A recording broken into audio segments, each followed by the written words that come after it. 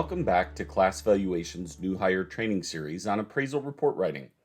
The intent is to guide a real estate appraiser, a user of appraisal services like an employee at a lender or an appraisal management company, or for that matter, any other reader of an appraisal report through the form. Before we get started, if you're not already a subscriber to the Class Valuation channel, consider subscribing. It helps the channel out, and you'll be alerted to the availability of new content.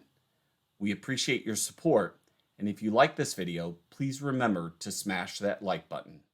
The contract section of the appraisal report should only be completed when the assignment involves a purchase transaction. Otherwise, this section should be left blank. The lender client must provide the appraiser with a copy of the executory contract to analyze per USPAP Standards Rule 1-5. More often than not, you'll hear a reference to a fully executed contract or some derivative. An executed contract means that all obligations have been performed by both parties. In other words, the sale has been finalized, the sellers have been paid, and the buyers have a key to their new home.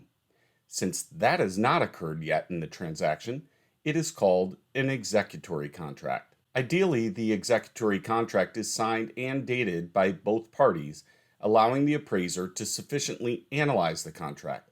An appraiser can proceed with the assignment without a contract, which is addressed in a USPAP FAQ. This FAQ states that under certain conditions, if such information, like the purchase contract, is not available to the appraiser in the normal course of business, the appraiser can complete the assignment and still be in compliance with USPAP. Standards Rule 2-2A10.3 does require that the appraiser include a disclosure statement on the efforts the appraiser made to obtain the contract in the report. There are 6 fields in this section that must be completed. The appraiser must first check the applicable yes or no box, indicating whether an analysis was or was not performed on the purchase contract. The appraiser must also indicate the type of sale for the subject property.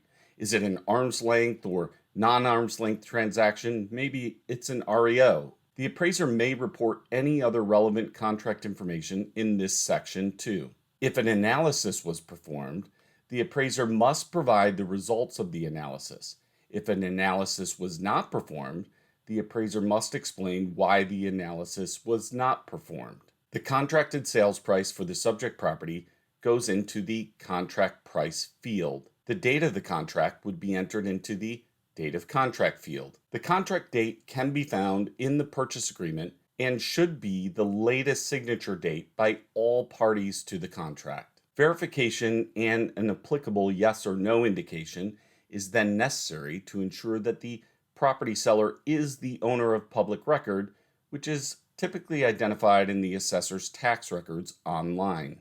This would be followed by an applicable indication of the data source used for this verification. Finally, the appraiser must indicate yes or no if there is any applicable financial assistance, such as loan charges, sales concessions, or a gift. Maybe it's a down payment assistance, something to be paid by any party on behalf of the borrower, and it could include any other closing costs or other payments from the seller or any other third party.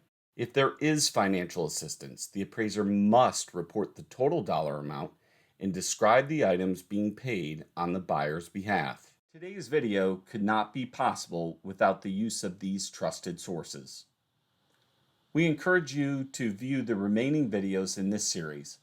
And don't forget, if you're not already a subscriber to the Class Valuation channel, consider subscribing, and if you like this video, please remember to smash that like button. Thank you for taking the time to check this video out, and have a great day.